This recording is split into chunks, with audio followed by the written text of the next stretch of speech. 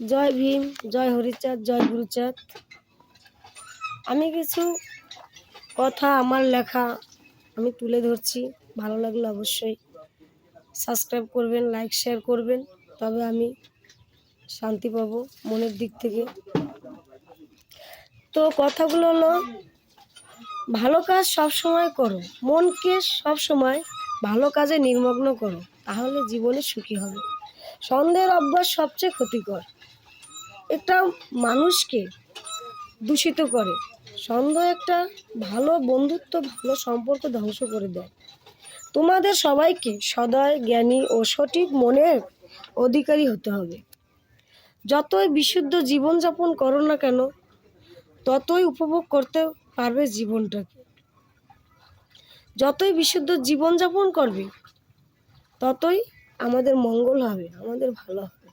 প্রত্যেকটা দিনের গুরুত্বকে বুঝুন। প্রত্যেকটা দিন নতুন উদ্দেশ্যকে পূরণ করার জন্য হয়ে থাকে।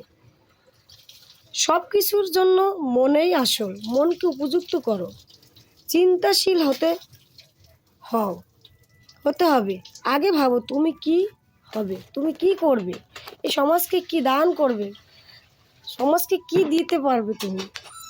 জীবনটা ক্ষণিকের, এই ক্ষণিকের মাধ্যমে আমাদের সমাজের জন্য একটু সময় দিতে হবে, একটু মানব কল্যাণের হিতকার্য করতে হবে, তবে তো আমাদের জীবন ধন্য, আমরা সুখী হতে পারব।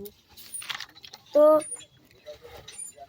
আমরা ভালো যতই বই পড়ি, যত জ্ঞানের কথাই শুনি না কেন, যতক্ষণ অবধি সেই কথাগুলো আমাদের জীবনে প্রকৃত অর্থে ধারণ না করব, ততক্ষণ আমাদের জীবনে সুখী হওয়া যাবে না।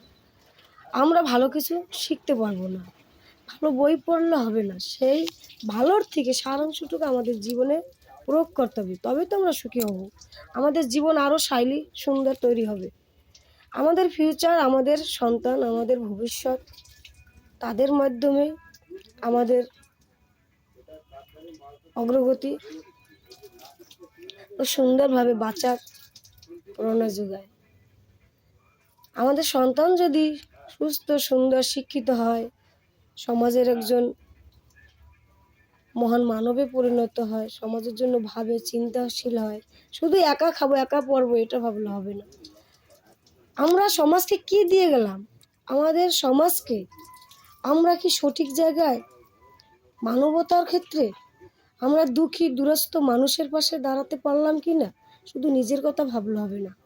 আমরা একটা মাস সরকারি চাকরি করি, হয়তো কেউ 10,000, কেউ 20,000, কেউ 40,000 পায়, কিন্তু একটা দিনের পরিশ্রমের অর্থ যদি আমরা সমাজকে, দুরস্থ সন্তান বা দুরস্থ বাবা মার জন্য রেখে যেতে পারি, দান করতে পারি, তবেই তো সমাজের উন্নতি, তবেই তো বুঝবে এই অন্ধকার জগৎ থেকে আলোড়নে আসা, মনকে শান্তি দেওয়া, মনের মধ্যে যে কি আনন্দ, যেটা যে দান করে সেই একমাত্র জানে। তাহলে এই দান, এই সমাজ, এই সংসার, কত মানুষের বাবা মা খেতে পায় না, রাস্তার ধারে পড়ে থাকে, শীতের কম্বলে কুঁচকে যায়। সেই বাবা মার পাশে যদি আমরা দাঁড়াতে পারি, সামান্য অর্থ, সামান্য একটা কম্বল, মশারি, একটু ক্ষুধার জ্বালা মেটাতে পারি, তবেই তো সে মহান, তবেই তো আমাদের মানব ধন্য, আমাদের জীবন ধন্য।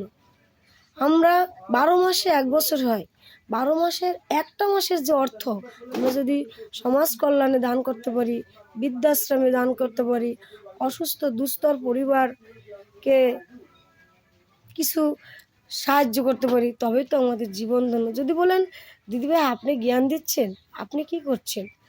আমি কি করছি সেটা, আমি গরিব, আমি অসহায়, আমার যদি অর্থ, আমি যেটুকু পারি সোশ্যাল ওয়ার্কের সাথে আমি জড়িত, যেটুকু পারি আমি চেষ্টা করি।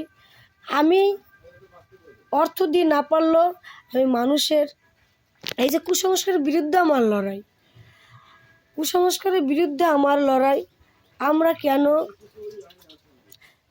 শ্রদ্ধা করব? আমরা বাবা মা মরে গেলে কেন শ্রদ্ধা করব? কেন শ্রাদ্ধ করব না? আমরা শ্রদ্ধার সাথে তাকে ফুল নিবেদন করব। বাবা মা মরে গেলে শ্রদ্ধা মানে অপচয় করা, আমরা শ্রদ্ধা অর্পণ করব। যে বাবা মা সারা জীবন সন্তানের কাছে একটাই পাওয়া থাকে, সেটা হলো সম্মান। সেই সম্মানের সাথে তার মৃত্যুর পরে তার ছবিটা আমরা বড় করে বাঁধিয়ে টেবিলে রজনীগন্ধার ফুল দিয়ে তাকে প্রত্যেকটা মানুষ একটা করে ফুল দিয়ে তার পায়ে যদি দেওয়া হয়, তার গলায় যদি একটা করে মালা পরানো হয়, আর সে সারা জীবনে যত ভালো কথা বলেছে, ভালো কাজ করেছে, সমাজের জন্য যা করে গেছেন, যা বলে গেছেন, রেখে গেছেন মানব কল্যাণে হিতকার্যের জন্য, সেইটুকু যদি সারাদিন বসে আলোচনা হয়, বা বিপ্লবী সমাজের জন্য বিপ্লবী কথাবার্তা, তার চেতনা, তার শিক্ষা, তার চলার পথ, তার আদর্শ, এগুলো যদি আলোচনা করে আমরা আমাদের আগামী প্রজন্মতে যদি সেই রেখায় দাগিয়ে দেওয়া যায়, সেই পথ চলার জন্য কিছু আদর্শ কথা বলা হয় ওখানে, তবে তো খুব তার মনে শান্তি পায়, তিনি সম্মানিত হন। এবার শ্রাদ্ধ মানে অপচয় করা, শ্রদ্ধা মানে তাকে সম্মান জানানো। তাই আমাদের বাবা মায়ের কাছে কী চায়? একমাত্র এক বিন্দু সম্মান চায়। আমাদের সমাজ, আমাদের সংসার থেকে তার কী পাওয়ার আছে? সম্মান, ভালোবাসা, শ্রদ্ধা। জয় হরিচাঁদ, জয় গুরুচাঁদ। ভালো লাগলে লাইক।